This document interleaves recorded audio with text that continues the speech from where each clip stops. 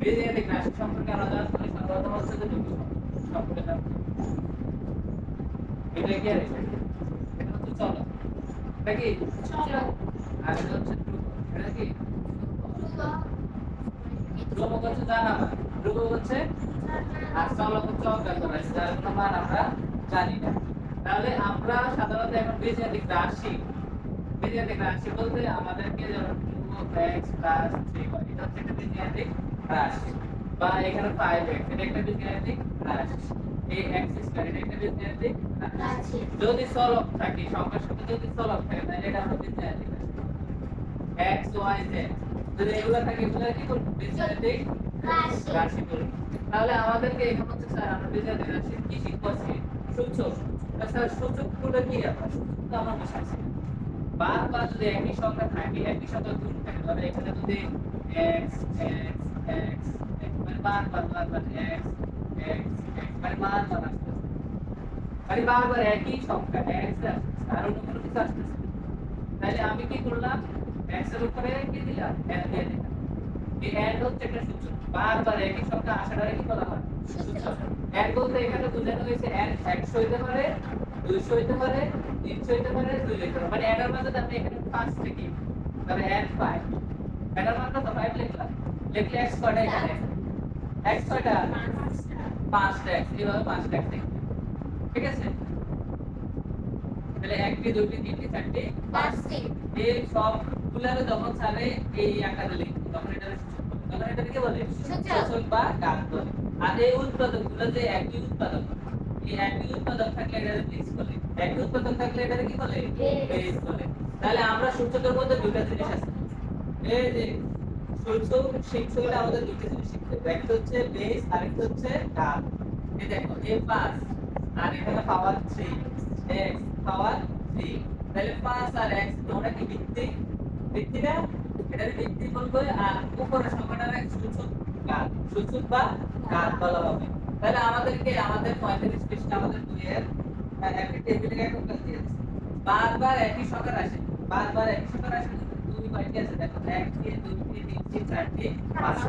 তাহলে আমরা জানি একই উৎপাদক, মানে উৎপাদক যেটা একই সংখ্যা থাকে, এই x হচ্ছে কি একটা ভিত্তি, x টা কি একটা ভিত্তি। তাহলে একই সংখ্যা এখানে কত আছে? 2 আছে না? তাহলে এখানে ভিত্তি কত হবে? 2 হবে। ভিত্তি কত হবে? তাহলে একই সংখ্যা কতবার আছে? একবার, দুইবার, তিনবার, চারবার, পাঁচবার। তাহলে সূচক কত হবে? 5। 1 2 3 4 5 হবে 5।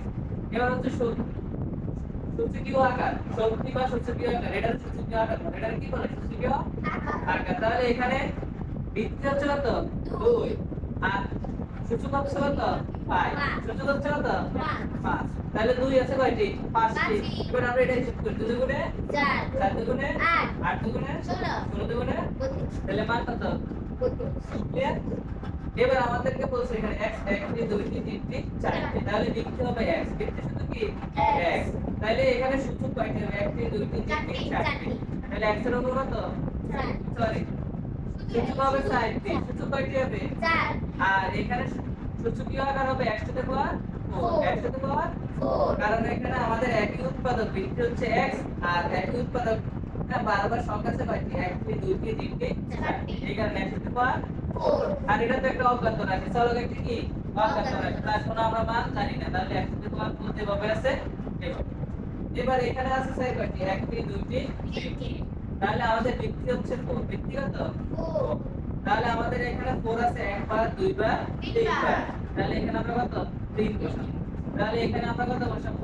4 4 এর ঘাত 3, 4 এর ঘাত 3 বা 4 কিউব বা 4 কিউব। এটা আমরা হিসাব করে যাচ্ছি না? 4 16 66, 4 16 66।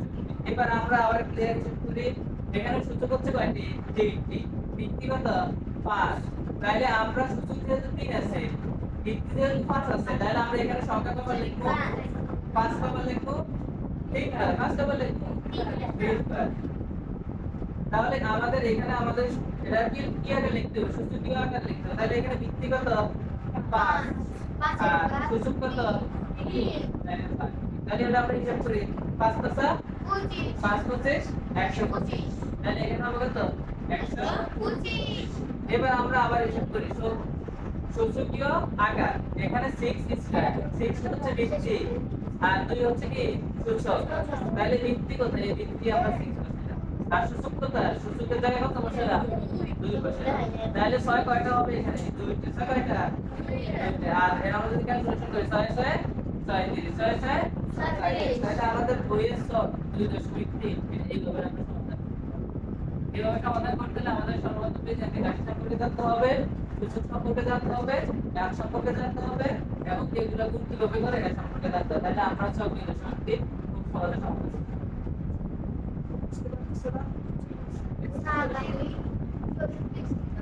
16 16